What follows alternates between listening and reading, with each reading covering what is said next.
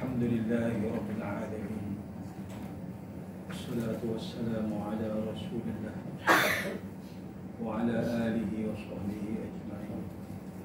سبحانك لا علم لنا إلا ما علمتنا إنك أنت العليم الحكيم. رب اشرح لي صدري ويسر لي أمري واحلل عقدة من لساني يفقهوا قولي. اللهم زدنا علما وارزقنا فهما. السلام عليكم ورحمة الله وبركاته. Waalaikumsalam. Para jemaah yang dirahmati Allah, alhamdulillah, kita mengucap syukur kepada Allah Subhanahu wa taala kerana dapat dengan rahmatnya kita dapat hadir bersama pada malam ini untuk membincangkan dan memahami kitab Hidayatus Salikin. InsyaAllah kita sambung pengajian kita. Pasal yang ke-9, adab sembahyang bagi orang perseorangan. Itu kan?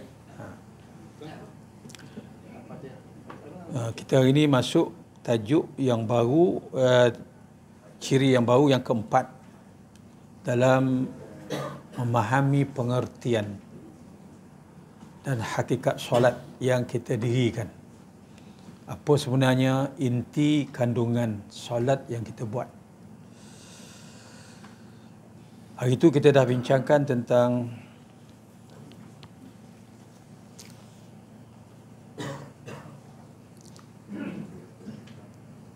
membaca doa iftitah.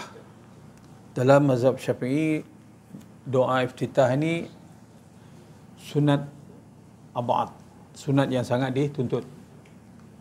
Kalau tak baca macam mana cikgu?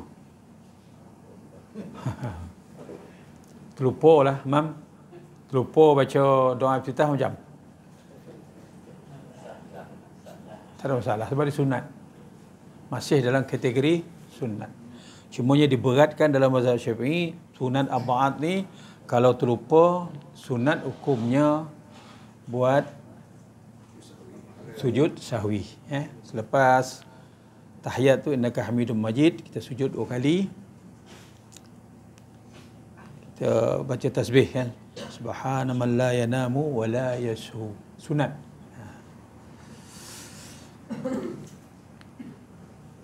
Pengertian dan hakikat yang terkandung dalam bacaan surah bacaan doa iftitah.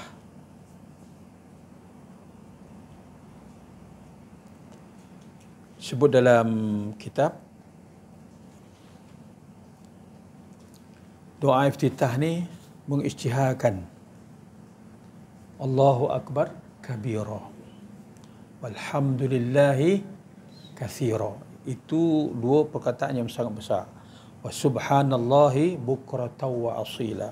Takbir, tahmid dan tasbih. Dalam itu diungkapkan pengertian ini, pengiktirafan seorang hamba kepada Allah tentang ketinggian kedudukan Allah Subhanahu wa taala. Fa iza waqa'a lahu jalalatul qadri wa 'azimul khatri wa mahabati akhadha fi sana'i 'ala Allah bil Fatihah. Setelah seorang hamba melepaskan pengakuan kebesaran Allah dengan segala pujian untuknya dan mengiktiraf segala yang maha suci adalah milik Allah Subhanahu wa taala, maka selepas itu datanglah rukun yang berikutnya, iaitu membaca surah Al-Fatihah. Dari segi fiqh, kalau sekiranya seorang tu dia tak boleh baca Fatihah, contohnya dia baru masuk Islam, kan? Macam mana nak masuk cikgu? Cina mualaf masuk Islam, nak nyebut Alhamdulillah tu pun payah. Dia boleh menggantikan Fatihah dengan memilih nama-nama Allah sebanyak menyamai kalimat yang ada dalam surah Fatihah. Apa nama Allah? Ar-Rahman, Ar-Rahman, Ar-Rahman. Kira ada berapa perkataan dalam surah Fatihah? Boleh ganti dengan nama-nama Allah. menyamai banyaknya kalimah dalam surah Fatihah. Namun nak ontok tak boleh. Sebab Fatihah ni rukun. Rukun maknanya pokok. Tak ada dia tak jadi. Sebab Nabi kata, la salata liman lam yaqra' bi Fatihatil kitab. Tak sah solat seseorang itu kalau dia tak baca surah Fatihah. Okey. Jadi mukaddimah sebelum baca surah Fatihah adalah pengakuan, mengiktiraf Allah Maha Besar. Segala puji bagi Dia dan segala yang maha suci adalah milik Allah. Dah bersedia jiwa mengiktiraf kebesaran dan keagungan Allah, maka datanglah rukun berikutnya, iaitu rukun membaca surah Fatihah. Fatihah ni dengan makna as-sana'. Fatihah ni maknanya pembukaan. Jadi pembukaan surah Fatihah ni dimulai dengan Alhamdu. Alham ni, makna alham ni ialah as-sana', pujian. Puji-pujian. Yang kita baca dalam tahlil, doa tahlil tu, la nuhsi sana'an, kan? Alaika kama athnaita ala nafsik. La nuhsi sana'an alaik. Pujian yang Allah nak sebagai Allah yang maha agung, yang maha suci, yang maha besar tadi, kita puji macam mana pun, la nuhsi sana'an alaik. Tidak menyamai pujian yang kita buat tu tak sampai kepada kehendak pujian yang dikehendaki oleh Allah. Cuma sekadarlah lafaz. Kama athnaita ala nafsik. Seperti mana kau memuji zatmu sendiri. Kita puji itu sebab kita ni hamba. La nuhsi sana'an alaik. Tak sampai had yang dikehendaki oleh Allah. Cumanya kewajipan kita ialah memuji. Jadi Fatihah ni bermula dengan kalimah Alhamdu. Alhamdu ni setelah kita iktiraf dia maha besar. Kita iktiraf dia yang segala terpuji adalah dia. Segala yang maha suci, tak ada yang menyamai adalah dia. Dah bersedia iktiraf. Macam kita depan agung lah. Ampun tuanku, beribu-ribu ampun. Kan? Sembah patik harap dia ampun. Masa tu Perdana Menteri tak pasal dia dah. Sebab apa? Dia the highest, agung. Kan? Dan PM pun dia tak boleh duduk sebagai dengan agung. Dia akan duduk baris depan dia. Sebab yang besar ketika itu ialah agung. Itu maksud dia. Itu pengertian Fatihah yang kita baca. Alhamdulillah dengan maksud as-sana' syamil likulli anwa'i mahamid. Ini pengiktirafan. Ya, ini kita mengisytiharkan segala pujian yang lengkap, yang menyeluruh, yang mengatasi segala pujian adalah hanya untuk Allah. Ini daripada sinilah lahirnya hukum. Nabi kata kalau orang puji kamu, benda tu tak layak kat kita, ambil pasir campak ke muka. So, puji ni adalah bagi zat yang maha tinggi. Kita ni tak layak. Nabi kata ambil pasir tu baling kat muka. Itu kiasan. Itu sebab jangan puji-puji orang. Jangan mudah-mudah puji orang. Agak-agak lah kan. Kalau nak jack pun agak-agak juga. Jangan jobor sangat puji-puji orang. Ya. Sebab hakikat hamdu ni, puji ni milik Allah. Sebab dia maha besar. Tak ada yang boleh challenge dia. Dia maha terpuji. Perbuatan dan segala sifat dia maha terpuji. Tak ada yang boleh atasi. Dan dia juga maha suci. Tak ada yang dapat mengatasi. Dalam keadaan tu, mana ada sesuatu yang boleh mengatasi kebesaran milik Allah Subhanahu Wa Taala. Lalu persediaan manusia dalam doa iftitah ni dah bersedia menganggap letakkan ketinggian itu milik Allah, maka disebutlah Bismillahirrahmanirrahim. Alhamdulillahi Rabbil Alamin. Puncak segala kepujian oleh seorang hamba ialah dalam solat ketika dia membaca surah Fatihah. Pengertiannya. Ini kita nak jelaskan maksud hakikat solat. Dan perbahasan macam ni tak ada dalam fiqh. Dia ada dalam perbahasan tasawuf. Atau pengertian solat yang kita buat. Kita menghantarkan pujian setinggi-tinggi pujian. Sebab ketinggian dia miliki, kaulah yang layak menerima pujian ni, wahai Allah. Yani as-sana'ul kamil likulli anwa'il mahamid. Apa saja bentuk ciri yang terpuji, itu semua adalah milik Allah, bukan milik kita. Maksudnya dalam tasawuf ni, nak kena puji, nak kena jack ni, itu silap lah. Itu bukan jalan dia, bukan permainan dia, bukan sifat dia. Tak layak. Layak dipuji hanya Allah. Di segi hakikat dia macam tu. Sebab kalau kita tak faham kan, kita perasan panjang cikgu. Kita lah hendak, kita lah kayu, kita lah lawa, kita lah banyak duit, kita lah segala-galanya kan. Padahal itu sifat alham. Di sini banyak berlaku kesalahan dalam kehidupan kerohanian kita dengan Allah Subhanahu Wa Taala. Jadi kita abadikan dalam pelaksanaan solat. Kenapa? Sebab kenapa begitu tinggi tuntutan hak pujian kepada Allah? Lillahi wahdahu ma'a izhar sifatil kamaliyah. Sebab bagi Allah, Tuhan satu-satunya Tuhan yang disembah yang memiliki sifat-sifat kamaliyah. Sifat kamaliyah ni apa? Sifat sempurna. Hamba ni sempurna macam mana pun, dia ada, sebelum tu tak ada. Tak sempurna lah. Lepas tu dia ada, lepas tu dia tak ada balik, mati. Allah sedia, qidam, dia tak ada permulaan. Dia tiada ada kesudahan. Layaklah dia dengan sifat kamaliyah dia. Sifat kesempurnaan. Jadi kita dah faham kedudukan itu, itulah sifat hamba. Kita meletakkan pujian kepada Allah Subhanahu Wa Taala dengan bacaan alhamdulillah, mengisytiharkan segala sifat kepujian yang paling sempurna adalah milik Allah. Sifat kamaliyah dipanggil. Sifat-sifat Allah yang bersifat kamaliyah, yakni maha sempurna. Jadi bila kita pakai kita ni sifat hamba, dia puji ke orang, apa kena buat? Imam ni handalah bacaan fasih. Macam mana, apa respon kita, Mam? Apa nak cakap? Alhamdulillah. Sifat puji itu milik dia. Sebab asal dia tak ada sifat terpuji ni, sebab asal dia tak ada. Mana datang ada. Lepas diciptakan oleh Yang Maha ada. Apabila mula kau ambil sifat tu, itu maksudnya. Kan? Kalau tak, perasan jobor panjang lah. Kita anda, kita sadap, kita bagus. Hakikatnya lah. Kalam hakikatnya macam tu. Ya. Sebab Allah maha memiliki sifat yang maha sempurna. Dan begitu juga wa af'alihi, segala perbuatan, tadi sifat, segala perbuatan, af'al yang sempurna ialah Allah. Wa in kuntum fi raibin mimma nazzalna ala 'abdina fa'tu bi suratin min mislih. Itu sifat kesempurnaan perbuatan Allah. Bukan sifat, kesempurnaan perbuatan Allah.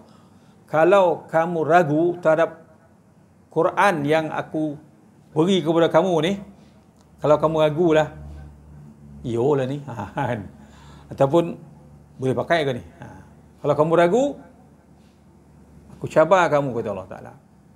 Fa'tu bi suratin min mislih. Kau cuba buat satu surah. Menyamai surah yang Quran yang paling pendek kau mampu. Tahaddi dia panggil. Cabaran ini sampai hari ini tak ada yang mampu. Terbuktilah bahawa perbuatan Allah ni sangat sempurna. Sama seperti mana sifat-sifat Allah Ta'ala.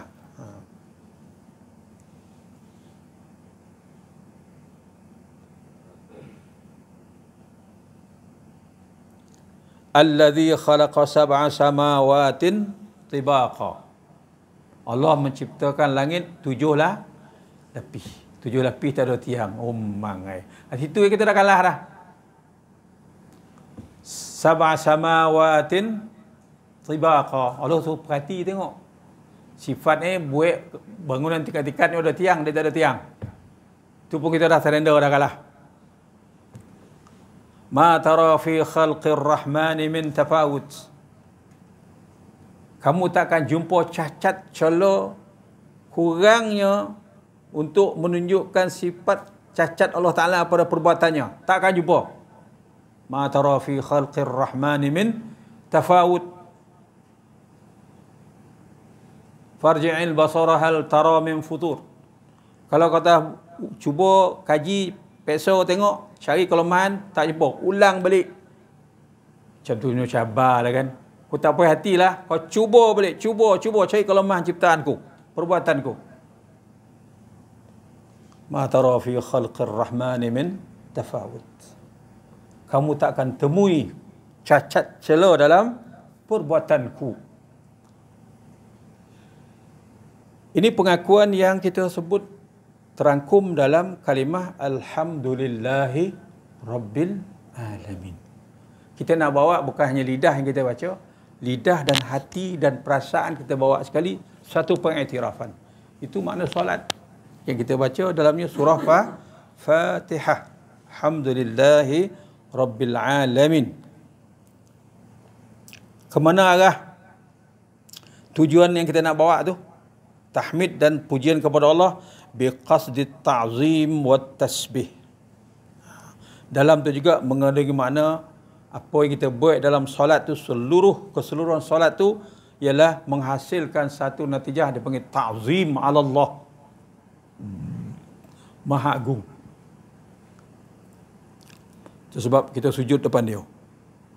Letakkan muka wajah kita yang paling mulia tinggi ni sama taraf kaki. Tak ada nai kau dah, tak ada mulia dah. Kau depan aku macam tu. Sifat kau hamba. Jangan kau bawa lepas kau bongkar ni, kau bawa sifat-sifat yang enggan mengakui keagungan aku. Kau nak lawan aku macam mana Firaun dan lain-lain. Tak boleh. Sama dalam perkataan dan perbuatan dalam kehidupan kamu. Kau dah tunjuk tadi kau sujud depan aku dengan penuh hina. Sebab itu membawa pengertian ta'zim wa tasbih. Ta'zim ni, sujud tu mewakili makna ta'zim. Tak ada yang lain yang paling tinggi, yang paling handal, yang paling sempurna. Kaulah wahai Allah. Itu ta'zim. Kemudian mewakili makna tasbih.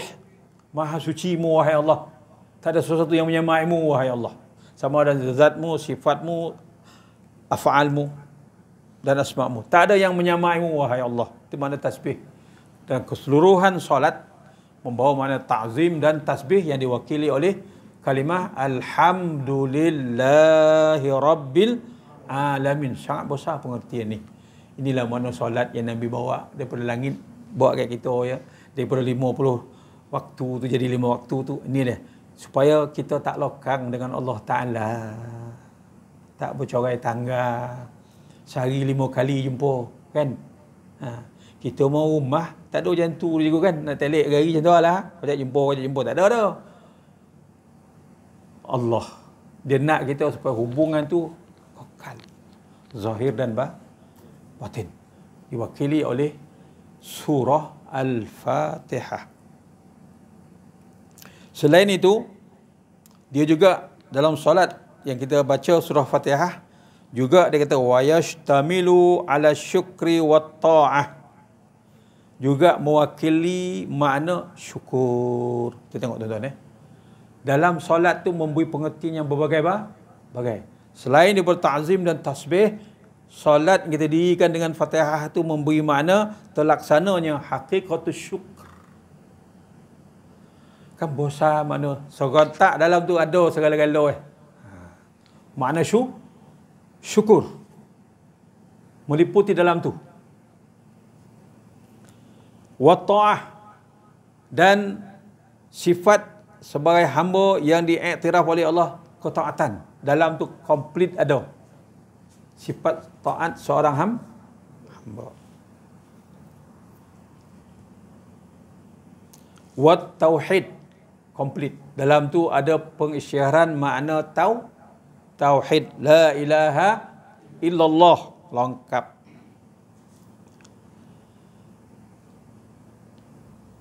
Lizzati was sifat wal af'alul ilahiyah, merujuk kepada sifat dan zat serta perbuatan Allah Ta'ala.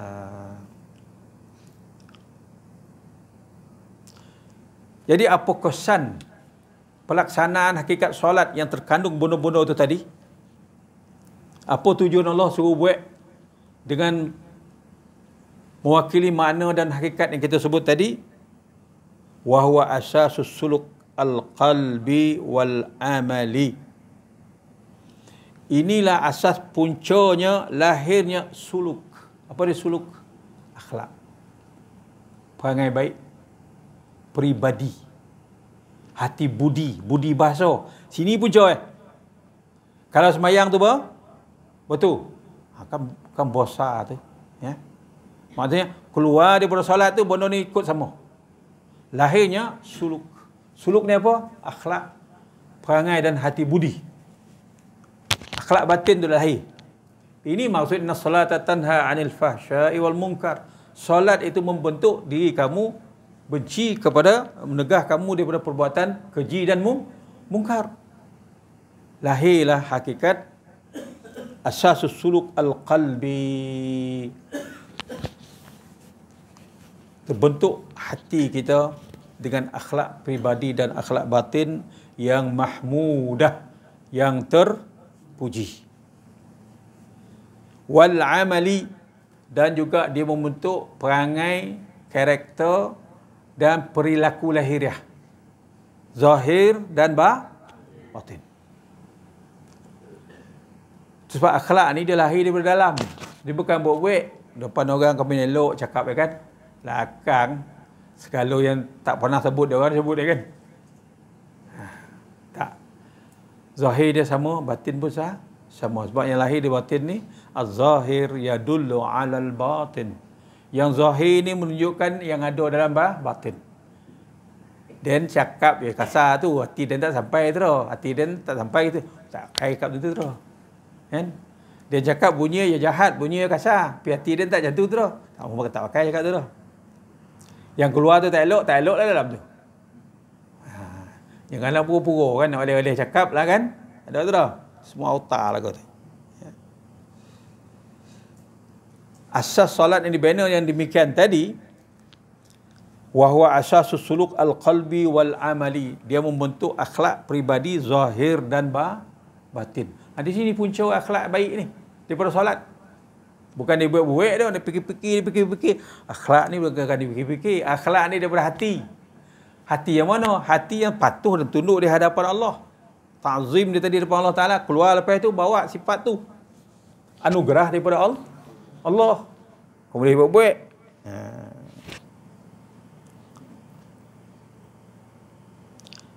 Apa pentingnya akhlak batin dan zahir ni yang keluar daripada solat?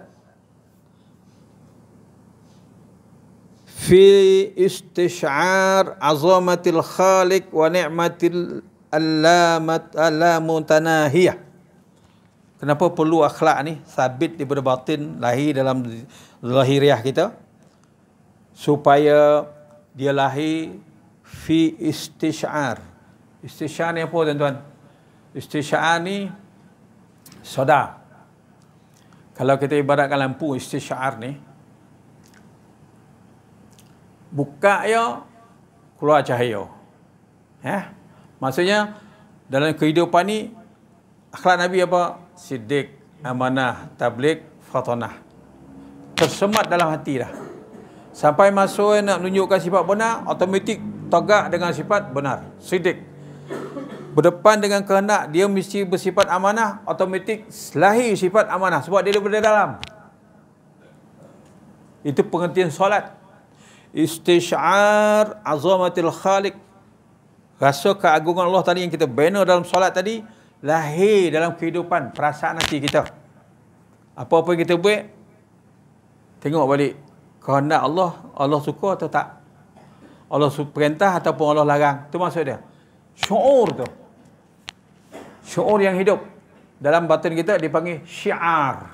Itu disebut syiar Islam. Apa makna syiar Islam? Syiar ni perkataan syuur. Syuur ni perasaan dalam. Syiar ni yang lahir keluar. Kau macam mana pun jaga syiar Islam. Syiar Islam ni apa? Antara yang paling penting solat. Tu syiar. Kau mana pun, sibuk macam mana pun, payah macam mana pun, sakit macam mana pun, jangan tinggal solat. Tak boleh tinggalkan solat. Sebab apa? Melaksanakan hakikat yang seperti itu lahir daripada dalam. Mana datangnya? Solat. Besarnya solat ni, ya. sentiasa sedar tentang kebesaran Allah. Wa ni'ami alla mutanahiyah, dan nikmatnya ke kita tak habis.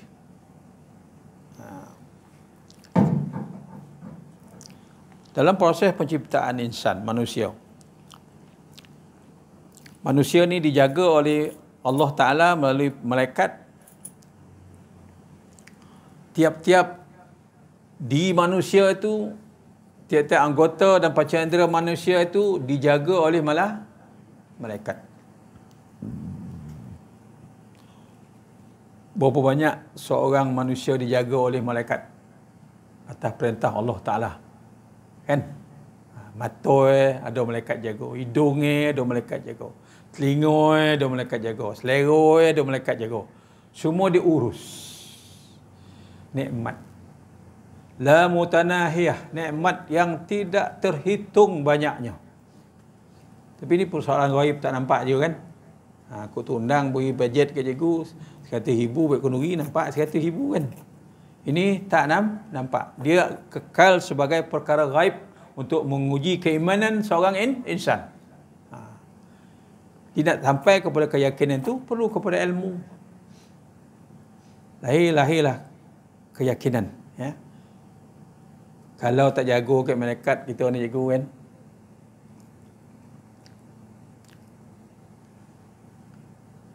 Takdir tidak akan memihak kat kita. Ya.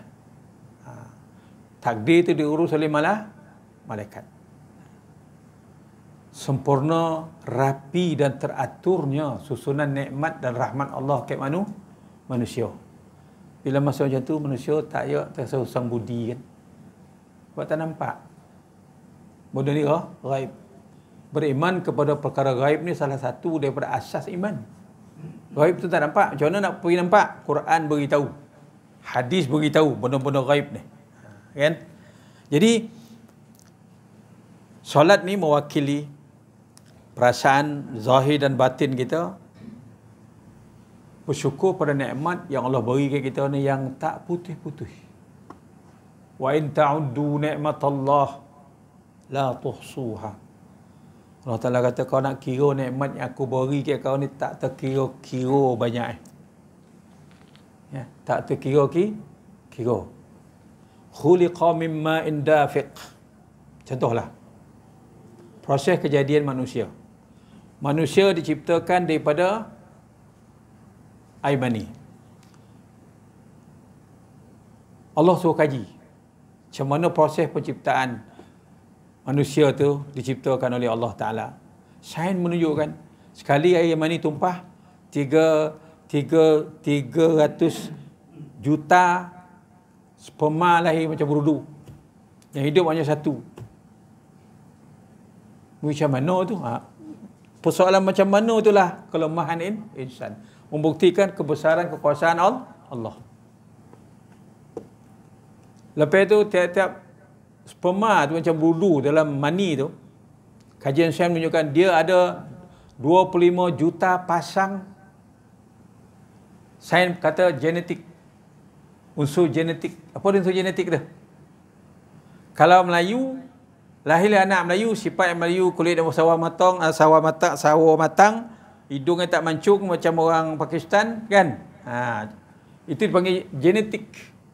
Dalam satu sperm yang hidup tu ada 25 juta pasang genetik. Pihak ayah 25 juta pasang wakil genetik daripada ibu. Pesen ni, ukuran ni, gemuk, pendek, tinggi, rendah, rambut, garang, berjanggut, tak berjanggut, semua dalam tu. 25 juta pasang genetik.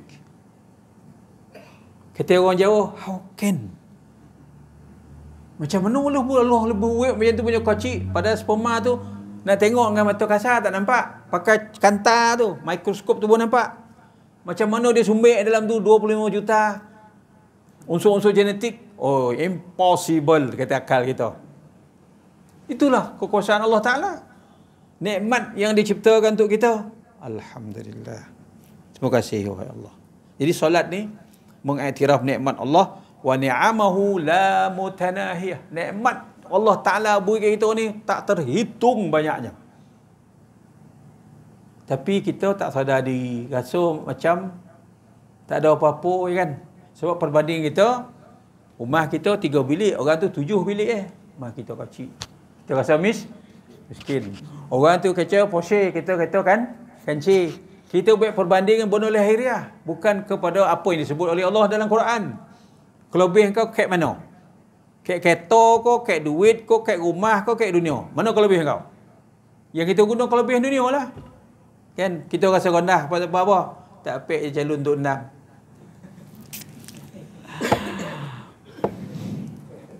Tu undang gombau ni seorang je. Cuba Zan. Apa dia tangi kan?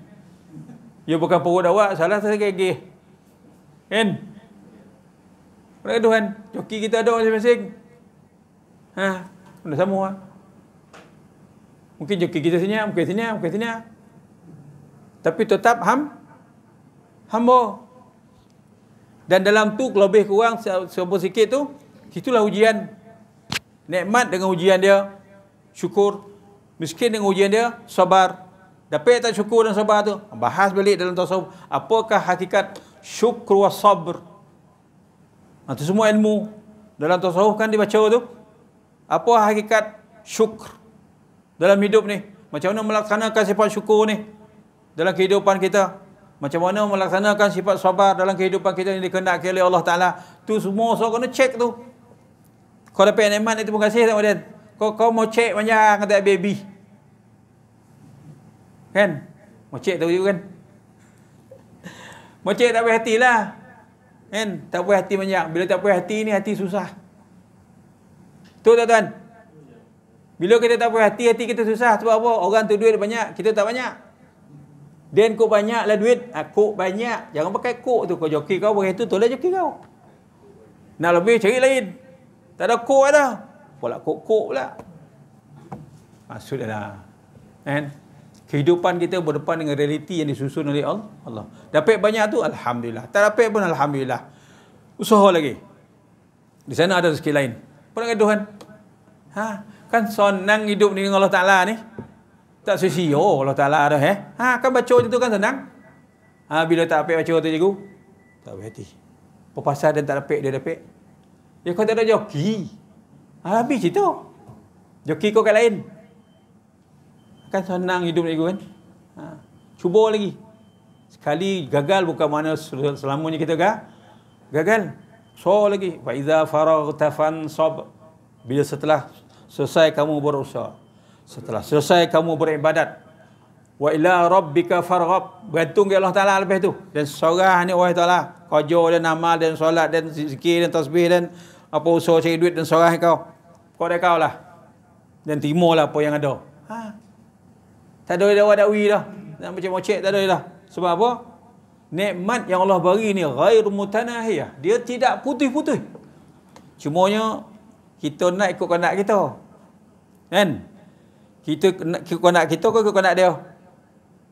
Asa an takrahu syai'an fa huwa khairul lakum. Kadang-kadang apa yang kau dapat tu kau tak suka. Di sisi Allah dia suka kau dapat tu. Wa asa an tuhibbu syai'an wa huwa kurhul lakum. Kadang-kadang kau seronok, gembira, melampai-lampai dia seronok dapat. Di sisi Allah dia tak suka kau dapat tu. Sebab mungkin kau akan binasa, mungkin akan kau sesat, mungkin akan terjun dalam maksiat. Zahir nikmat, tapi batinnya azab. Jadi nak meletakkan pegangan kita pada Allah Ta'ala ni banyak dibentuk oleh haqiqatus solat. Jaga solat ini elok. Datanglah lepas tu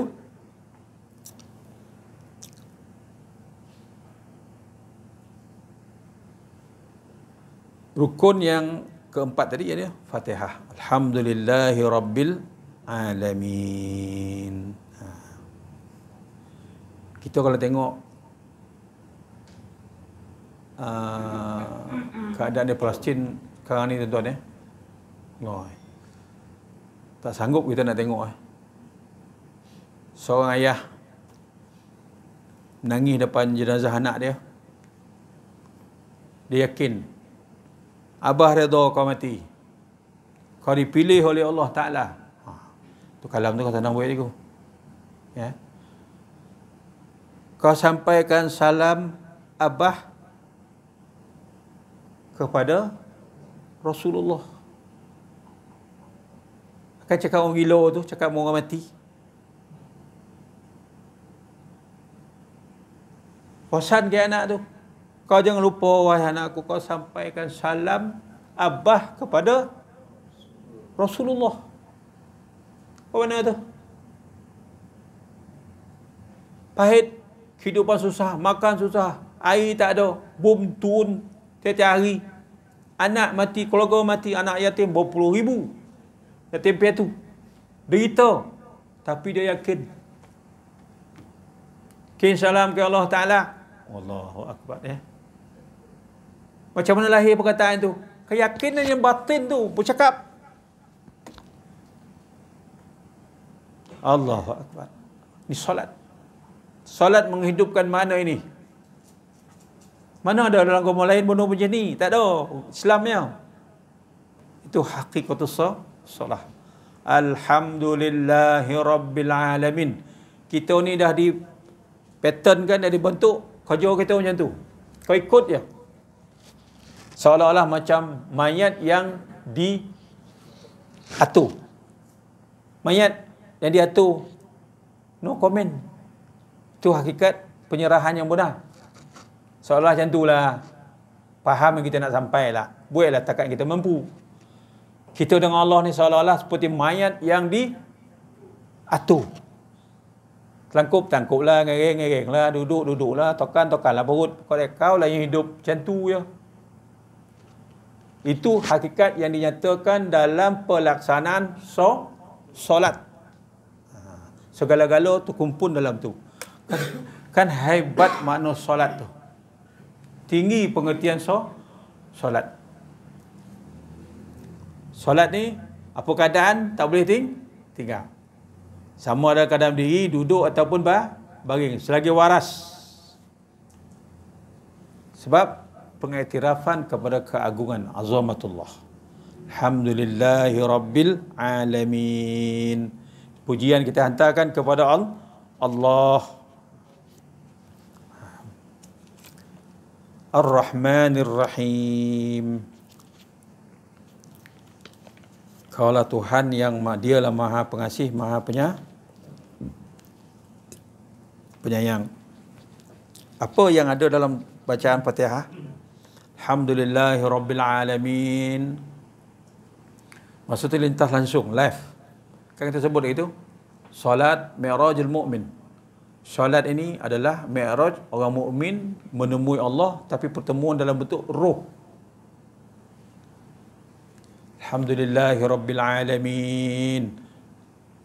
Allah jawab, Hamidani Abdi. Special tu juga ya.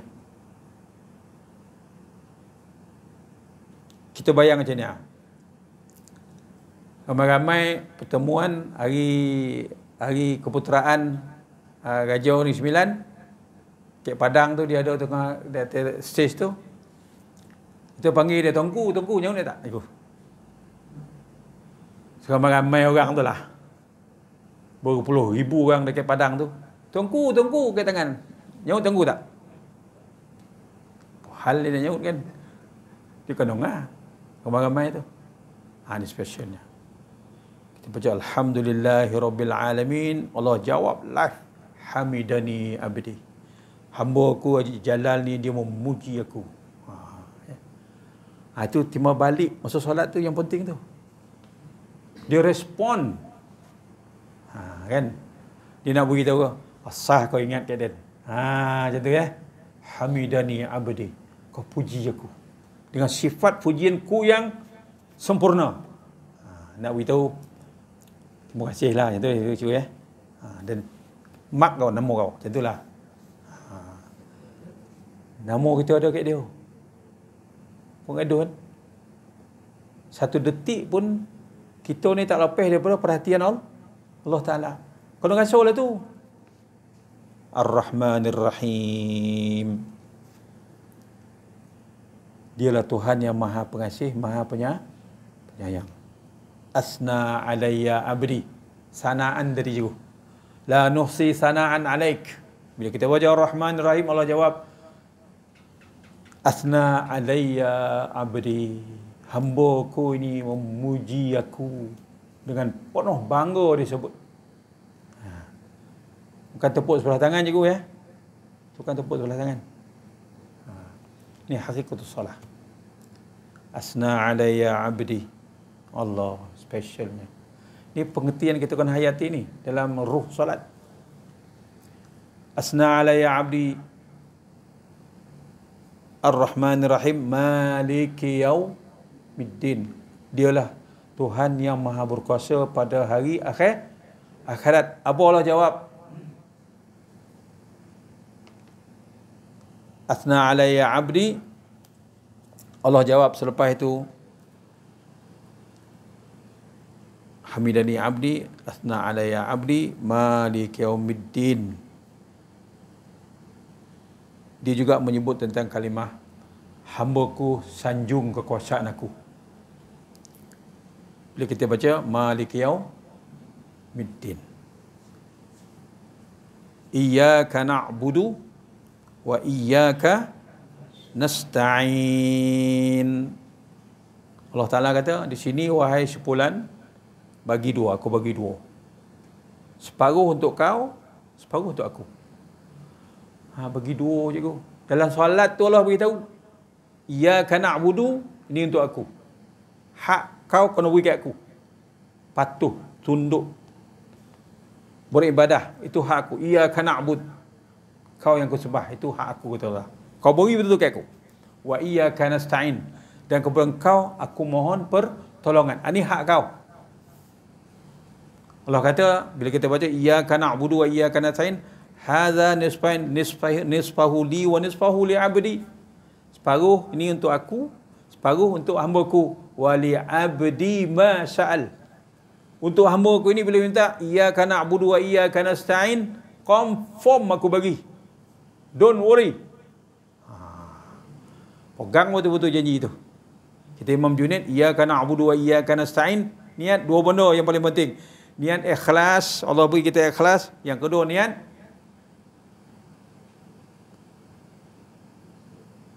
ikhlas kepada Allah Subhanahu wa Ta'ala. Daripada ikhlas tu lahirlah hakikat pengabdian yang sebenar. Minta ke Allah Ta'ala. Pasang niat tu. Kata Imam Junaid, iyyaka na'budu wa iyyaka nasta'in, minta. Kita bagi. InsyaAllah. Bayangkan tuan-tuan, satu hari paling kurang 17 rakaat solat fardu kita, 17 kali ulang tu. So CEO sekali pun dia tak nongah. Bukan sifatnya Allah Ta'ala macam tu. Dia sangat menunggu kedatangan hamba dia meminta. Takkanlah sekali dia tak mangkuih permintaan kita tu kan. Sebab dia suruh, bolehlah. Iyyaka na'budu wa iyyaka nasta'in wa li 'abdi ma sya'al. Untuk hamba-Ku, apa kehendak dia aku akan penuhi. Cumanya kehendak Allah Ta'ala nak beri kat kita tu tak dapatlah kehendak kita. Ada benda yang dia beri terus, ada benda yang ditangguhkan, ada benda yang ditangguhkan ke akhirat. Itu kita kena sabarlah. Tak apa kehendak kita dah. Sebab apa? Yang menentukan tu dia. Beri tu tak beri. Kalau tak dunia di akhirat. Salah gaduh. Iyyaka na'budu wa iyyaka nasta'in, ihdinas siratal mustaqim, sampailah walad dhalin. Tunjukkanlah kami jalan yang lurus, jalan yang benar dalam hidup ni. Jalan siapa? Jalan ni dibawa oleh Rasulullah sallallahu alaihi wasallam. Ini hubung kait yang tak lekang antara Allah dengan Rasul sallallahu alaihi wasallam. Iyyaka na'budu wa iyyaka nasta'in, tunjukkanlah kami jalan yang lurus, yang benar. Jalan mana benar? Ayat yang berikut menjelaskan jalan tu. Siratal ladzina an'amta 'alaihim, jalan mereka yang terdahulu yang telah kau selamatkan dengan nikmat-Mu. Siapa dia? Yang kita nak ikut golongan para nabi, golongan mati syahid, golongan para nabi, golongan siddiqin seperti mana contoh Abu Bakar As-Siddiq, golongan syuhada, orang yang mati syahid, dan golongan salihin. Selepas orang mati syahid, salihin. Ini contoh 4 golongan manusia untuk kita contohi. Hari ini hilangnya pandangan dan pergantungan kita untuk menghidupkan hakikat solat ni. Yang jadi contoh keliling hidup kita ni hari-hari tak senerih ya. Itu sebab kita jadi semua tak senerih. Pemikiran kita, cara hidup kita, pergaulan kita, PL perangai kita banyak dipengaruhi oleh persekitaran yang tidak menunjuk contoh kepada 4 golongan ni. Sebab hidup kita banyak lari daripada 4 golongan ni. Kan? Sebab apa? Pengaruh keliling. Kan? Orang kampung cara orang kampung, orang pencen cara orang pencen. Latih kan. Tak kembali kepada contoh yang asal. Itu sebab dalam kerohanian satu aspek yang sangat ditekankan ialah as-suhbah. Apa dia suhbah ni? Suhbah ni kita menyertai program yang bersiri. Itu sebab kita tengok dalam tarekat tasawuf, dia ada program zikir dia. Itu suhbah. Sebab ujian pengaruh di keliling ni sangat kuat. Kalau kita tak cas betul-betul, hanyut keluar tu. Dan pengaruh duduk dalam sohbah, dalam majlis zikir dipimpin, contohlah dalam majlis ilmu, majlis zikir yang dipimpin dengan keilmuan, itu merupakan cas yang kuat untuk kita berdiri tegak menahan gelombang dan ujian cacar murba yang ada keluar ni. Kalau tak, cair gitu. Yalah, kita beramal, berzikir per minit dia sehari. Sedangkan hidup keliling ni campur gaul dengan koro, dengan buruk, dengan lotong, dengan ular, dengan jin, dengan semua ni berapa jam lagu lah kita. Contoh lah bahasa macam tu juga ya. Bukan nak ngobang orang lotong tu, tak. Nak pengaruh tu.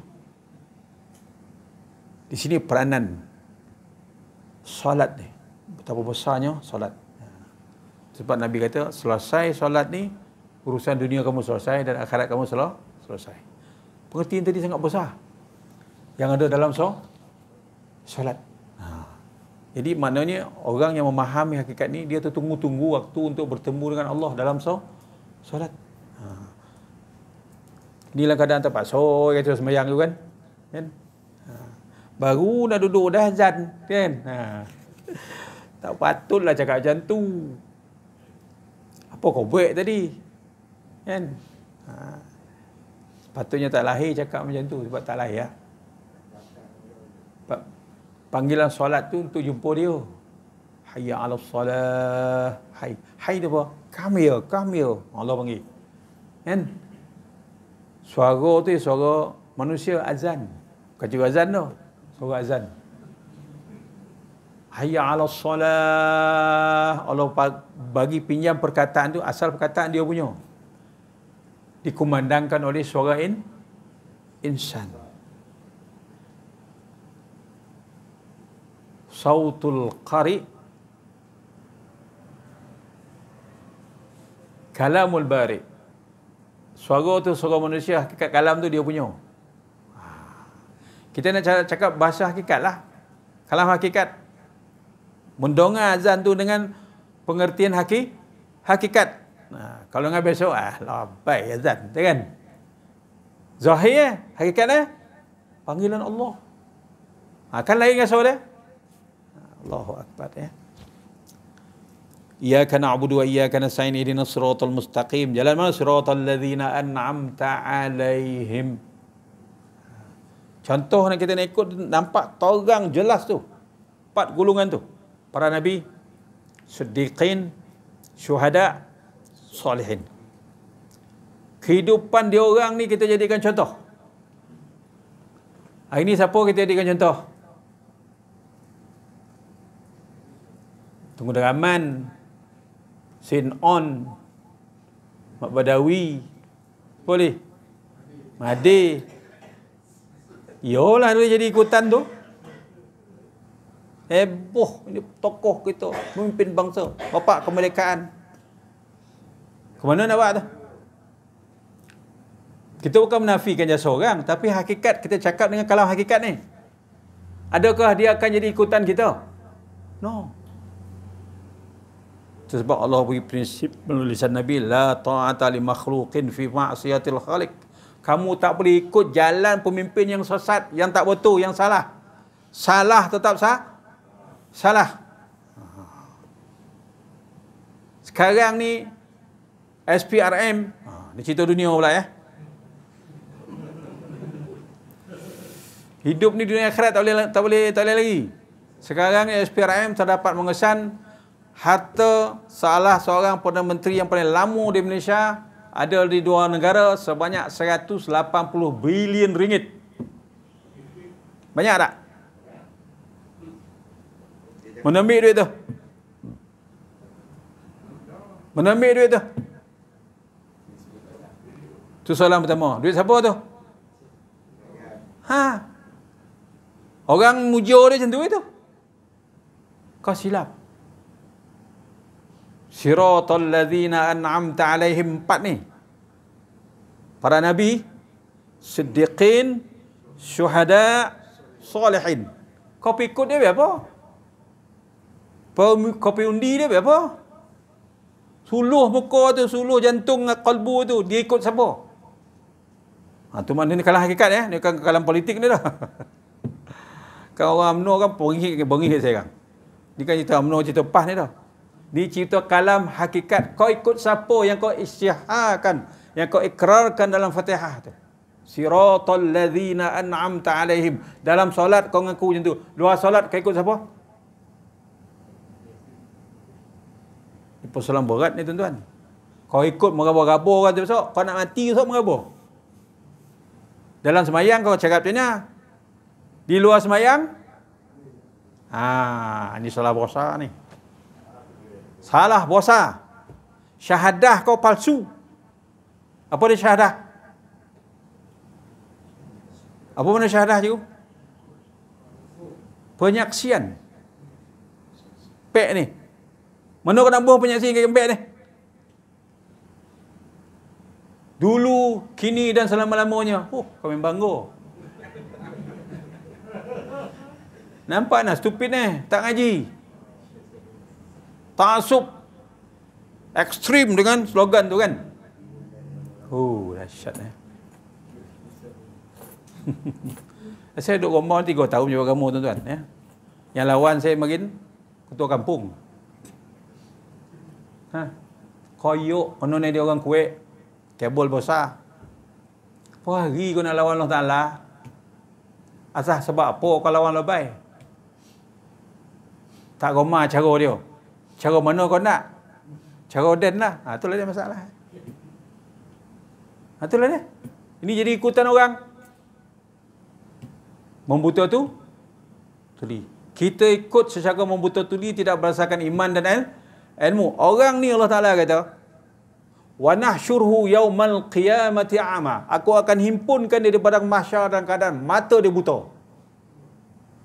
Apa sebab? Allah beri nikmat mata, kau tak ada pilih mana yang elok, mana yang betul, mana yang salah, mana yang benar. Kumpulkan ke padang mahsyar, betul 50,000 tahun berabur-rabur dalam keadaan buta. Macam duduk orang politik, duduk dengan esko, kami act kan. Hari esko tu dia tak mati ke? Tak, kita nak faham kalam hakikat bila kita letakkan di hadapan kita Allah 4 contoh qudwah yang kita nak ikut ni, tak pakai yang lain ni dah. Kita nak pakai tiap hari ada Allah Ta'ala, kita nak buat. Kita punya contoh wahai Allah Ta'ala ni 4 ni. Suratul ladzina an'amta alaihim. Itu ikrar tu. Lepas semayang kau ikut orang yang kotuh-kotuh ni kan. Tu siyo. Hidup kita singkat tuan-tuan. 60 ke 70 tahun hidup atas dunia tuan-tuan. Nisbah masuk akhirat hanya lebih kurang 15 minit je. Hidup yang singkat. Sana sehari 1000 tahun. Sehari akhirat 1000 tahun. 60 tahun, 70 tahun je lebih kurang 15 minit, 10 minit je. Kita habiskan kehidupan kita ikut jalan meraba-raba ni 15 minit. Akibatnya merana kekal abadi di sana. Rugi tak? Alah, kau rugi kan. Bila kita dengar macam mana, tak ayo insaf kan, asal lah anda. Nah tu. Ya. Lemah kita di hadapan Allah Ta'ala. Bawa pegangan ni. Jangan sedih-sedih benda-benda macam ni kan. Sebab kita nak bawa balik. Iyyaka na'budu wa iyyaka nasta'in. Ihdinas siratal mustaqim. Siratal ladzina an'amta 'alaihim. Contoh 4 qudwah yang kita nak ikut ni jelas. Perkataan dia, perbuatan dia, kehidupan dia, amal dia, zahir dan batin, apa saja dalam kehidupan keluarga dan sebagainya, semua ada contoh untuk kita teladani. Lengkap. Berpandukan apa yang dibawa oleh Rasulullah sallallahu alaihi wasallam. Cuba bayangkan tuan-tuan, dalam hidup kita ni semua yang disebut sebagai syariat ni tuan-tuan. Syariat mana? Peraturan. Hukum hakam yang datang daripada Allah Ta'ala supaya manusia ikut peraturan supaya selamat. Contoh paling senang lah tuan-tuan ya. Kita nak buang air. Mana ada agama yang pelengkapnya tu? Kita nak buang air kecil, tumit kita yang berlaki duduk atas punggung, kaki kita buka belah kanan. Nabi ajar macam tu. Sampai tahap kencing pun dia ajarkan Nabi tu. Disiplin tu. Lepas tu adanya istibrak. Apa istibrak? Berdaham selepas buang air. Takutkan kau menitik. Lepas tu kan tak habis keluar. Kan peraturan tu rapi dan teliti. Wuduk kan? Istinja kan? Tambah dia tua ni. Orang kencing, tua ni kencing dia bukan keluar habis. Tersokat-sokat. Perlu kepada istibrak tu. Tekan pundi belah kiri. Berdaham 3 kali. 3 kali. Supaya lepas tu tak ada ragu-ragu dah. Ku rasa ada terkeluar, itu bukan kencing. Itu perasaan. Ya. Jelas. Nak bina keyakinan tu dalam istinja. Detail dia ajar. Itu paling kocik dia kata tu. Dan kencing berak pun dia ajar. Apatah lagi benda yang paling besar. Semua ada. Dah lengkap. Contoh ni bawa oleh Rasulullah yang diikuti oleh 4 golongan ini, para siddiqin, syuhada dan salihin.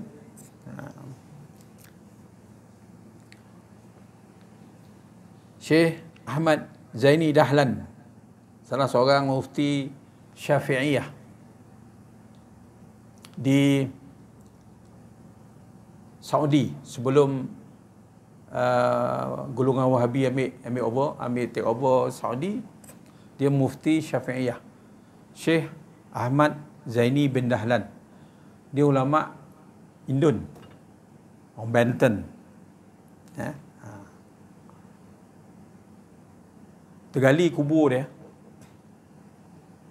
Dia beratus tahun mati. Nak alih ya. Gali kubur tengok tak nyonyeh langsung. Orang Jawi tu. Orang Melayu lah. Mufti Syafi'i di Mekah. Tekanan. Dia membuat syarah kitab Minhajul Abidin, Imam Ghazali. Syarah tu dalam bahasa Arab. Hebat dulu cikgu. Orang kita sana ya. Syekh Ahmad Zaini bin Dahlan. Seorang ni Syekh Yasin Padang, orang Padang. Sebelum Wahabi menawan Mekah, Syekh Yasin Padang ni orang Padang lah, Indon. Padang kat mana? Sumatera kan? Syekh Yasin Padang ni. Dia dipanggil musnid. Maksud dia dalam pengambilan hadis-hadis Nabi, para ulama dia akan ikut sanad hadis ni siapa yang pegang. Yang paling tinggi. Ketika itu ialah Syekh Yasin Padang. Hebat kan? Macam mana akhlak kehidupan peribadi orang-orang macam ni? Itu maksud dia, contoh tu. Macam mana akhlak dia, macam mana ibadat dia, macam mana ilmu dia, macam mana mujahadah dia, macam mana sahabat-sahabat dia, macam mana kehidupan dia. Itu yang kita nak tiru. Itu contoh yang kita nak ikut. Ni siapa yang kita ikut? Betul Mahathir? Meraban kita kan?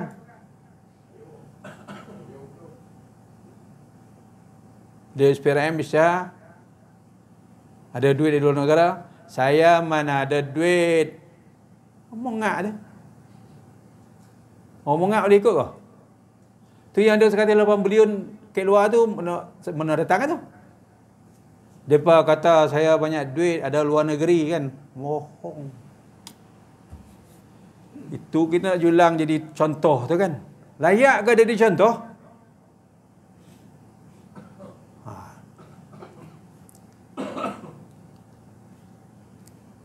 Susah tu kita nak melepeh diri tu. Etikad kita kena pegang. Dia tak boleh jadi qudwah. Qudwah kita ialah Rasulullah. Macam mana pun kau tak menyamai jalan contoh dibuat oleh Rasul, reject.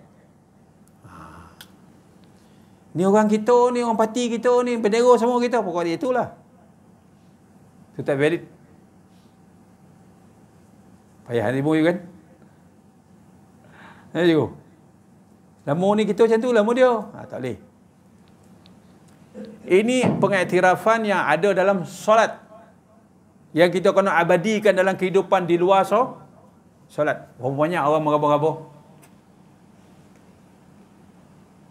Sebab ikutan kita hari ni, atas dunia ni, dalam apa jua bidang, dia akan jadi bukti, dia akan jadi evidence di hadapan Allah di kiamat besok.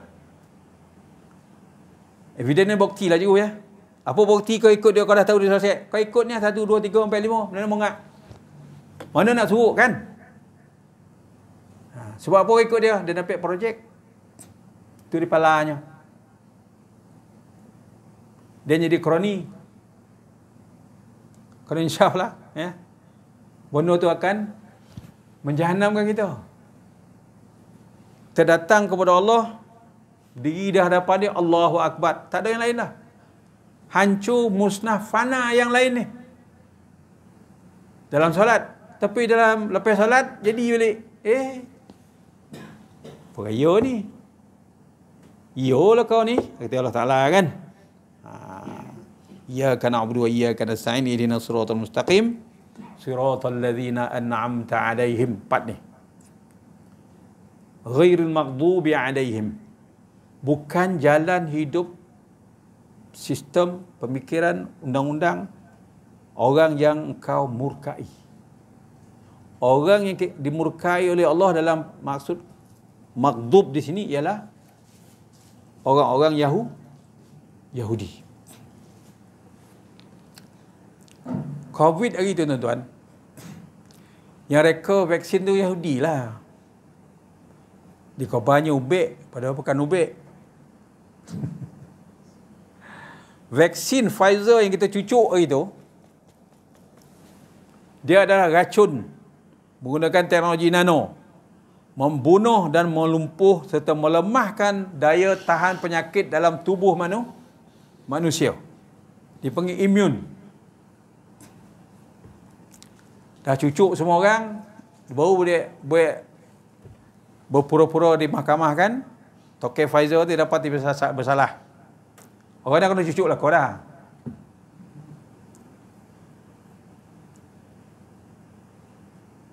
Bahkan kita orang tidak dipaksa, kalau kita siapa yang tak cucuk tak boleh pergi pasar raya, tak boleh pergi umrah, tak boleh keluar, tak boleh campur orang. Yahudi tu tak suruh sampai tahap tu dah. Yang kuat kuasa kan ni siapa? Labai. Rupanya racun. Baik jenuh. Cikgu cucuk tak itu? 2, 3. Booster cucuk tak? Baik jenuh. Saya buat survey sikit-sikit lah tengok kawan-kawan yang rapat kan. Tanya dia, kau rasa tak efek daripada vaksin? So dia tu. Salah seorang kawan dia buat kontraktor, buat rumah kampung-kampung ni kan. Terasa dia kata lepas cucuk ni, kedorat kita tak macam hari ni dah. Kacak letih.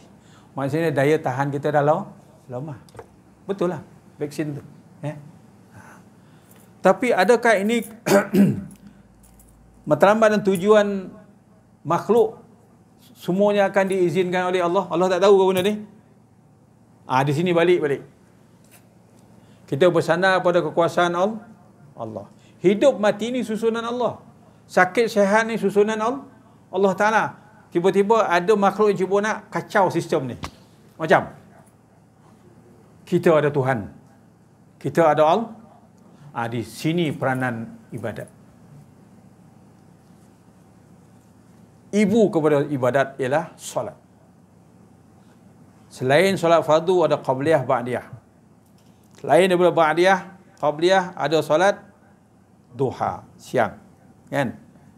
Ada solat istikharah, ada solat hajat, ada solat awabin, ada solat istikharah, ada solat malam, tahajud, ada solat taubat. Ni channel kita. Ni nak pulihkan imun kita balik. Lawan. Takkan kau dapat mengatasi kerja Allah Ta'ala. Kan? Kita nak buang vaksin tu macam mana dah masuk dalam darah? Baik je, cikgu. Baik buang tak? Tunggulah masa awal kan? Tunggulah masa awal. Kena vaksin tu sok. Dia nak melumpuh kita. Bila imun kita lemah tuan-tuan, daya tahan penyakit kita lemah, maka datanglah serangan penyakit yang badan tak boleh lawan. Ni jam mana lasak ni, sikit boleh seh kan? Kau jak dah ingus semua, kau jak dah poning, kau jak dah latih. Tak larat juga kan? Tak kuat jam begini cikgu. Salah lanjut anda, tak kuat dia. Allahu Akbar. Ni kerja orang Yahudi. Orang Yahudi dan Kristian ni, dia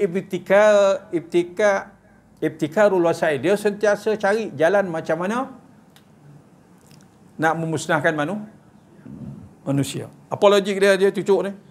Nak menghapuskan sebagian manusia, nak mengurangkan penduduk bumi. Dia lah planning. Padahal hidup dan mati ni kerja Allah Ta'ala. Dia ambil kerja Allah Ta'ala. Boleh ke dia cabar Allah Ta'ala? Di situ persimpangan keyakinan kita. Tak akan boleh dalam Allah Ta'ala dah. Andai kata jadi itu kehendak dan Allah izin. Kalau tak izin, tak jadi. Terpegang yang tu lah kuasa Allah Ta'ala. Kuasa musuh Yahudi ni, dia terbatas sebab dia kuasa makhluk. Takkan dapat dia mengatasi kuasa Tuhan dah. Tapi apa persediaan kita nak bergantung ke kuasa Tuhan ni? Inilah ibadah. Iman kita dah ada, pupuk dengan ibadah. Supaya kita punya keyakinan bergantung kepada Allah. Kan bagian orang beramal dengan ayat laqad ja'akum tu kan. Cikgu jalan beramal tak dengan laqad ja'akum tu? Yang tak? Contohlah. Malam-malam mau pakai dah tu. Kan? Nanti kan? Betul tak? Laqad ja'akum tu kan? Waktu darurat. Asah barang tu. Pai masuk darurat kan? Masa tu nak terkoncing, masa tu nak terpegang, masa tu nyangkung, masa tu nak lubang, bila masuk get ready. Bersedia. Sebab kita bersandar ke Allah Ta'ala. Kan? Cuk. Wirid lepas semayang tu, yang kita buat hari-hari tu, itu sebenarnya selain daripada wirid, dia adalah wiqayah, benteng. Bermula daripada kita salam tu kan, Astaghfirullahalazim, la ilaha illallah wahdahu la syarikalah, Allahumma ajirni minan nar, sampai habis tu. Selain daripada zikir, dia adalah benteng. 2 dalam, 3 dalam 1 tu. Pastikan lepas subuh, lepas asar atau lepas maghrib, ataupun salah satu. Bersedialah. Cikgu ya. Belahana.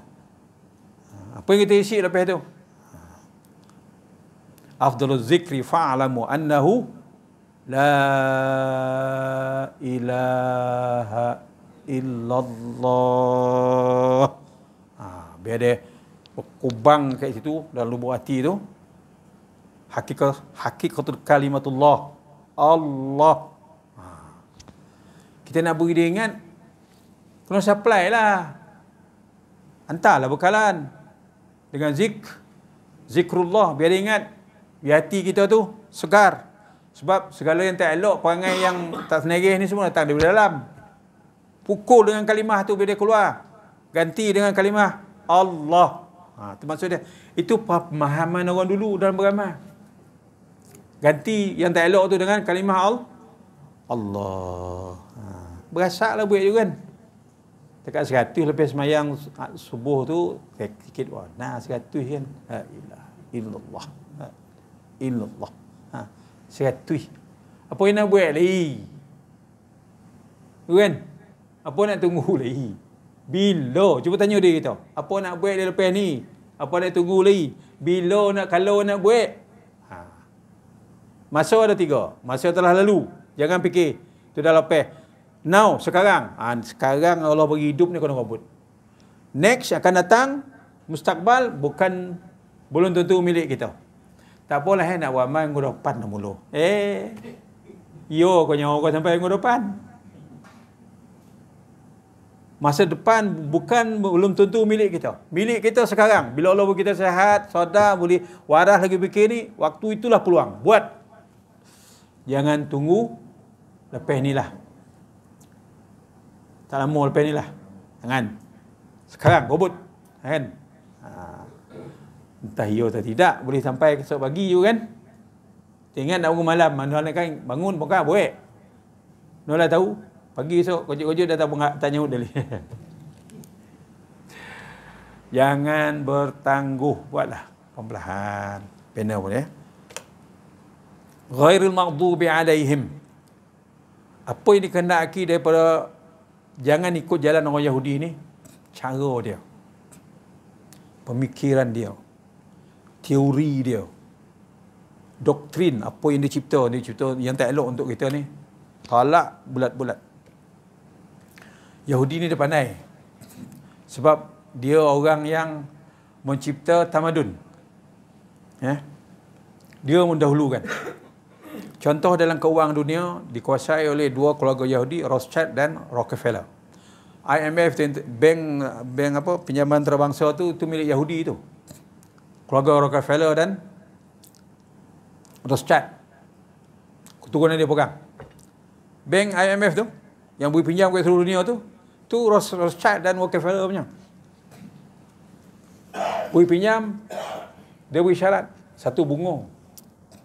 Yang kedua dia akan bersyarat kau kena naikkan harga barang. Kau nak berpinjam lah pula. Hal kau nak menentukan harga barang tunggu orang tak, itu syarat dia. Yahudi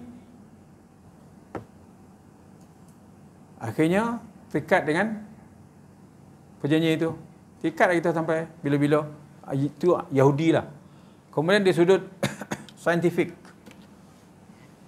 Sekarang ni dalam teknologi apa ni, media ni, AI ni kan. AI ni adalah ciptaan orang Yahudi. Dia kaji dia dapat. Kan? Kita tengok hari ni AI kan. Gambar-gambar yang ada dalam telefon kita tu jangan percayalah. Bohong banyak. Buat sebiji kan macam real. Dunia hari ni tuan-tuan. Sebab teknologi itu dipegang oleh orang kafir. Dia olah ikut cara dia lah. Dia kan ada halal haram. Kita ada halal haram. Kita takkan buat benda-benda tipu dalam AI lah. Dia semua tipu. Itu macam mana? Ni benda-benda yang diperkenalkan oleh musuh kita kena tapih. Bukan nak tolak, totally. Kena tapih. Sebab Yahudi ni bangsa yang cerdik dan licik untuk menjahanamkan orang lain. Dalam sejarah dunia daripada dulu, yang buat kerosakan di bumi ini banyak dicipta oleh orang Yahudi. Allah rakamkan siratal ladzina an'amta alaihim. Ikut jalan Nabi yang 4 ni tadi, ghairil maghdubi alaihim. Jangan ikut jalan teori, ideologi orang-orang Yahudi. Banyak tuan-tuan Tengok apa ni disiplin dan undang dalam farmasi. Farmasi ni Yahudi kontrol tak cikgu. Farmasitual, syarikat perubatan yang mengeluarkan ubat dunia ni, Yahudi kontrol. Dia, contohlah, darah tinggi ataupun sakit jantung. Siapa dah makan ubat darah tinggi ni tak boleh berhenti sampai mati. Ini konsep merawat dalam perubatan. Merawat ni ada tempoh cikgu kan? Seliu, urut, lepas seminggu elok. Itu merawat. Dia menggunakan kaedah ubat ni, farmasi. Makan ubat dia tu, siapa makan ubat jantung, dia akan makan sampai mati. Sebab apa? Itu betul ke tujuan merawat? Bisnes. Kilang dia besar. Kan kalau kobar kan makan ubat, lepas ni boleh pulih, tutup kilang. Kan? Dia momok kan, buat ubat yang tidak melalui proses kajian saintifik yang ada dalam pharmaceutical ni, tak boleh pakai. Bahaya. Dia yang bahaya. Lama ni orang tutur kampung makan air kayu, sama ulam-ulam. Kan? Sebab ulam dan akar kayu ni dia kandungan antioksidan, anti racun dia kuat. Kan? Cuk cemporai contoh dia kan. Cuk tengik burung. Kan? Kan banyak pucuk kan? Pucuk gajus. Pucuk-pucuk yang ada tempat kita ni semua kandungan dia maksimum antioksidan. Tapi oleh kerana kita dah dijajah, ubek yang terbaik adalah ubek di farmasi. Beratus-ratus harga tu. Beli tu. Elok tak je, makin teruk kan? Sebab apa? Kita terlalu akur patuh kepada teori yang diperkenalkan oleh musuh kita. Kita kena ingat dalam ubat-ubat farmasi tu dia ada dadah. Dadah ni silah betul racun. Makan racun hari-hari. Kan? Dalam tu adalah ramuan ubat. Bila makan racun yang ada ramuan ubat yang ada ramuan racun, dia ada side effect, kesan sampingan. Ada seorang cikgu saya dulu, dia selalu pening kepala. Dia pening kepala, dia makan Panadol 2 biji. Pening makan Panadol. Sepanjang dia bertugas tu, kau je cikgu kan pening kepala. Pening ambil 2 biji Panadol. Akhirnya kolap jatuh, jantung dengan bawah pinggang. Apa elok Tapi di pasaran tu lah yang ada. Pening kepala, Panadol, soluble, tu kan. Wadah Melayu orang elok logo. Dah. Itu teori-teori yang dikemukakan oleh musuh kita. Orang Yahudi dan Kristian. Padahal yang meneraka bidang perubatan ni ialah orang Islam. Kitab perubatan yang pertama oleh Ibn Sina tu, Al-Qanun Fit Tib tu, 8 juzuk tu, toba-toba tu, orang Islam yang cipta. Tapi yang bangunkan ilmu tu dalam bentuk moden ialah orang putih. Orang kita berkelahi tak habis-habis, berlagu, bercakap tak habis-habis. Orang lain ambil ilmu tu, bangun, develop. Akhirnya Ibn Haytham, dia yang mula-mula jumpa teori ni curi mata ni. Kanta cekung dengan kata cembung. Yang jumpa kanta ni ialah orang Islam. Ibn Haytham, bukan orang putih. Tapi yang bangunkan teknologi itu telah dijumpai orang putih. Orang Islam kau jawab apa? Orang sama sendiri. Daripada teknologi kanta cembung, kata cekung ni lahirlah teknologi laser. Laser tu asas ialah optik. Kalau kita kaji lah. Orang Islam apa kau jawab? Rasak tak habis-habis kan? Nanti tu undang. Turunkan tu undang ni, dia tak sesuai. Dia ada cacat ni. Contohlah. Puh dia kelahi tak habis-habis. Bila lah selesai Banyak kerja lain yang lebih utama, yang lebih afdal, yang lebih aulawiyat, priority, terpinggir. Kita buat kerja yang tak senang. Sebab apa? Kita tidak mengikut acuan pemikiran kehidupan menurut Al-Quran. Dalam solat tu membina daya pemikiran kita. Ghairul maghdubi alaihim. Jangan ikut teori orang-orang yang tak ada iman ni. Yahudi itu musuh kamu. Mustahil dia buat sesuatu beri kamu tujuan elok. Mesti ada tujuan serong. Tak ada perasaan tu. Timur bulat tu bulat. Jadi apa yang diperkenalkan oleh musuh ni kita kena saring lah. Ya. Itu maksud ghairul maghdubi alaihim. Jangan percaya ke orang Yahudi ni. Waladdallin. Dan jangan percaya kepada orang yang sesat. Ya, ini Kristian. Tadi saya tengok satu ulasan daripada seorang ulama daripada Azhar, Syekh Ahmad Saghir. Dia kata, tuan-tuan cuba fikir sekarang, bagaimana strategi musuh hari ini.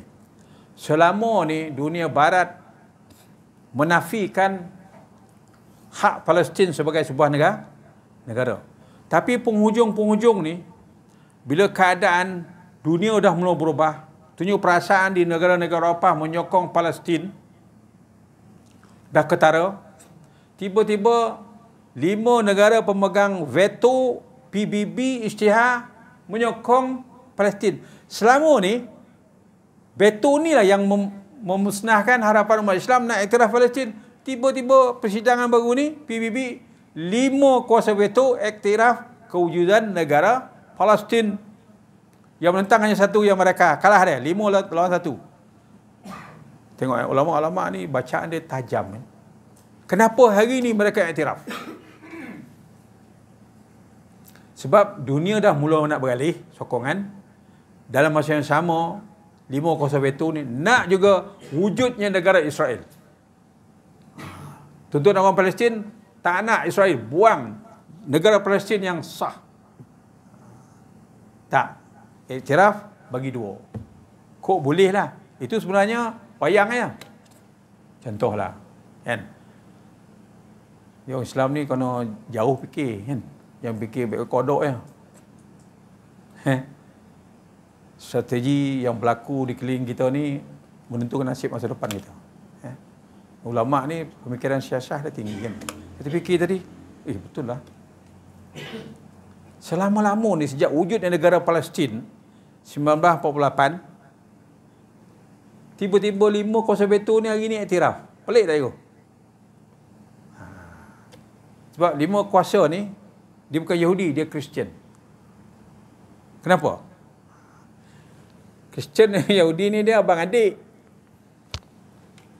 Al-millah kufru wahidah. Itu istilah dalam akidah Islam.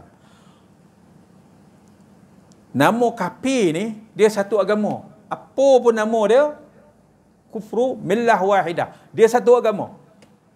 Bila berdepan dengan kita, dia akan bersatu. Quran dalam Fatihah yang kita baca hari dalam sembahyang ni mengikrarkan siratal ladzina an'amta alaihim. Ikut jalan yang sebenar. Jangan salah ikut. Ghairil maghdubi alaihim. Bukan jalan dibawa oleh yang diperkenalkan oleh Yahudi. Waladdallin. Bukan jalan yang diperkenalkan oleh orang-orang Kristian. Dia masuk tanah Melayu. Dia pegang siapa? British masuk tanah Melayu, dia nak kuasai tanah Melayu, dia pegang siapa? Gajah. Yang buat perjanjian dan tanda tangan ni, perjanjian ni orang putih dengan siapa? Gajah. Salah ke betul gajah-gajah tu? Ini persoalan besar.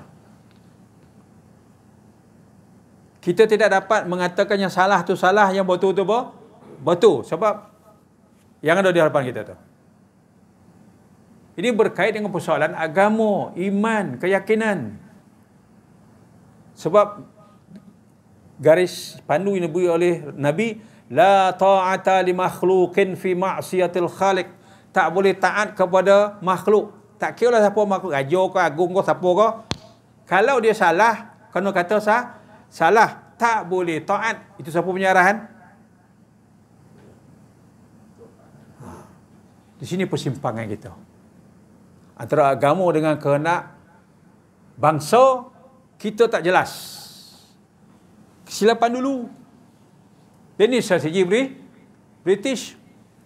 Buat perjanjian dengan Raja. Pulau Pinang beri kat dia, Perancis Select, 1887. Siapa yang sign? Imam sign ke?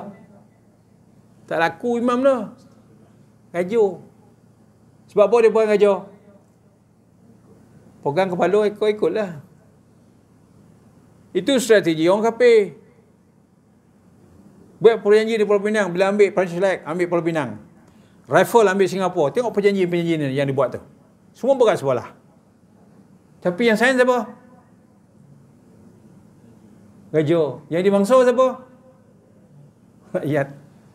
Dan kita bukan nak ungkit benda tu, nak cerita. Maksud dia, apabila jalan ikutan kita ni, guideline petunjuk siratal ladzina an'amta alaihim. Nabi. Ghairil maghdubi alaihim. Bukan Yahudi. Waladdallin. Bukan Kristian, orang putih. Tapi itu yang kita ikut. Bila ikut jalan tak betul, sampai tak destinasi je. Nak pergi Kuala Pilah, ikut Longging, pergi Kuala Lumpur. Kita beritahu dia, ni Kuala Longging ni. Lepas ke Kuala Lumpur kan ke utara. Lepas, lama-lama sampailah ke Pilah. Oh, jadi kita cakap apa itu? Apa kau dekau lah. Kan? Jalanlah bajak kau.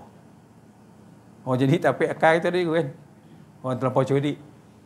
Orang ngobat tak sampai kau ke Pilah ni lah. Kau sampai ke utara ni. Sampai. Tak ada masalah. Ada dunia ni pusing-pusing situ ya. Kau dekau lah. Quran dah beri tunjuk ajar yang sangat jelas. Kita baru buka Fatihah. Quran ada 6,600 ayat lebih. Bila kalau nak tengok, nak singkap tu. Segala rahsia ada dalam tu. Terhimpun dalam umul kitab, yakni Fatihah. Yang kita ulang-ulang. Hari-hari paling kurang 17 kali. Supaya Allah nak ingat kita, rujuk balik ke Quran tu. Ni ibu anak banyak bawah tu. Selak lah semua anak-anak tu. Tu maksudnya. Kan? Ghairil maghdubi alaihim waladdallin. Bukan jalan orang-orang yang sesat. Kristian. Amin. Ujung tu kan. Ini satu dia orang kita. Dia pergi Mekah. Dengar Masjid Mekah. Amin. Dia pun balik. Amin. Saya ikut. Buka lah kitab. Amin ni boleh baca macam mana? Mekah baca itu, kita ikut Mekah lah. Mekah tu bukan rujukan yang putus di situ. Ilmu buka tengok. Amin ni boleh baca 2, amin. Boleh baca 4, amin. Baca 6. Mula-mula dengar kat Mekah, kita pun best semayang ikut macam Mekah. Amin. Pasal kau ikut Mekah. Nampak tak? Selepeh. Tidak berdasarkan ilmu. Kau ambil mana ni? Dengar Imam Mekah. Nongah. Kau kat kitab mana? Tak jumpa dalam kitab tu. Kan selekeh tu. Banyak isu dalam kehidupan agama kita. Banyak ikut. Kembali kepada asal ilmu. Pijak atas asal ilmu. Apa sebab? Dalam bacaan amin ni boleh baca macam mana bentuk Boleh 2, 4, 6. Mana ni? Buka kitab. Boleh teh juga kan. Confident kan? Boleh fake. Kata mana ambil ni? Boleh buka kitab. Dalam mazhab Syafi'i. Kan strong tu kan. Ini tanya mana apa jadi ni? Ikut orang Mekah. Lah, sedih. Lekeh. Banyak keadaan kita macam ni. Ikutan. Bukan bersanakan ilmu. Ini Fatihah kita baca. Alhamdulillah. Strong kita. Sebab tuan-tuan, lepas kita keluar daripada solat ni, kita rasa tak dapat nak terjemahkan macam perasaan batin kita. Puas ke, rasa riang ke, tenang. Sebab apa? Baru jumpa kekasih. Apa? Tapi selagi kita tak selesai semayang, hidup kita tu sempit je tu. Rasa ya. Itu kesan lah. Tapi yang penting kita faham kenapa adanya Fatihah selepas doa iftitah. Hakikat solat ni terhimpun dalam solat yang kita buat. Mudah-mudahan melahirkan sifat syukur dan sabar dan sifat pujian kepada Allah dari seorang hamba. Wallahu a'lam bissawab. Ya. Ini kitab dia tuan-tuan. Al-Fathul Mubin fi jumlati min asrariddin atau asraril arkanil Islam. Syekh Abdul Wahab Sya'rani. Kan? Ulama tasawuf yang hebat daripada Mesir. Ya, wallahu a'lam. Kan ada orang tanya, mana ambil ke ustaz tu? Kelentong kau ni kitab. Ya. Kitab nipis tapi hebat ni. Allahu akbar. Ada apa nak tanya tuan? Kita masih lagi Fatihah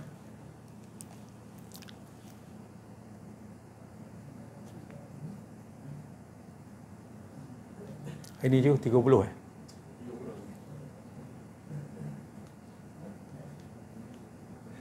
إلى حضرة النبي محمد المصطفى رسول الله صلى الله عليه وسلم الفاتحة.